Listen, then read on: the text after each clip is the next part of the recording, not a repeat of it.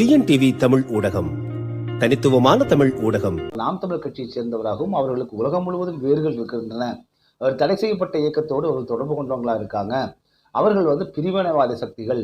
அதே போல அவர்களை கைது செய்து விட்டேன் என்ற காரணத்திற்காக என்னையும் என் மனைவியும் தொடர்ந்து சமூக ஊடகங்களில் அவதூறு பரப்புகிறார்கள் என்று பிரதமர் நரேந்திர மோடியை, உள்துறை அமைச்சர் அமித்ஷா, இந்தியா முழுவதும் இருந்து நூற்றுக்கணக்கான ஐபிஎஸ், அதாவது ஐஜி, டிஐஜி, டிஜிபி, ஏடிஜிபி என்கிற இந்த அதிகாரிகள் மத்தியில் இப்படி தமிழ்நாட்டைச் சேர்ந்த ஒரு மாவட்ட அளவிலான காவல்துறை கண்காணிப்பாளர், அதுவும் இளம் காவல்துறை கண்காணிப்பாளர் அப்படி பேசுவார்களா?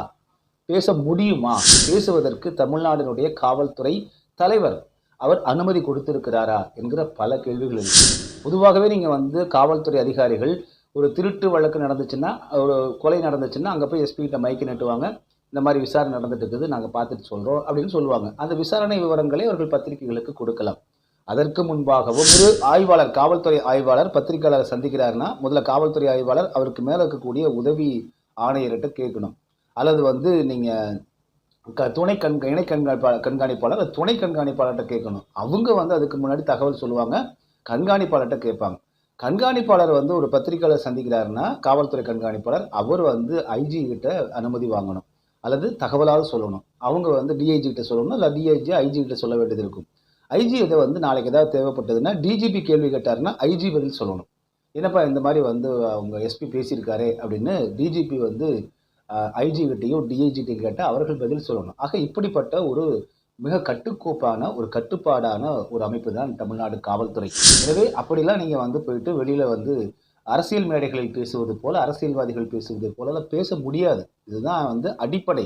இதே போல ஒரு செய்தியை மிகைப்படுத்தி பொய்யாக சொல்லி தமிழ்நாட்டு மக்களிடம் ஒரு நாம் தமிழர் கட்சியை பற்றியும் அதனுடைய தலைமை ஒருங்கிணைப்பாளர் குறித்தும் ஒரு தவறான, அதனுடைய கொள்கை பரப்பு செயலாளர் குறித்தும் ஒரு தவறான வதந்தியை பரப்பி இருக்கிறார்கள். இது முழுக்க ஒரு வதந்தி. அப்போ இதற்குத்தான் இப்படி இந்த நடந்தது பார்த்தீங்களா?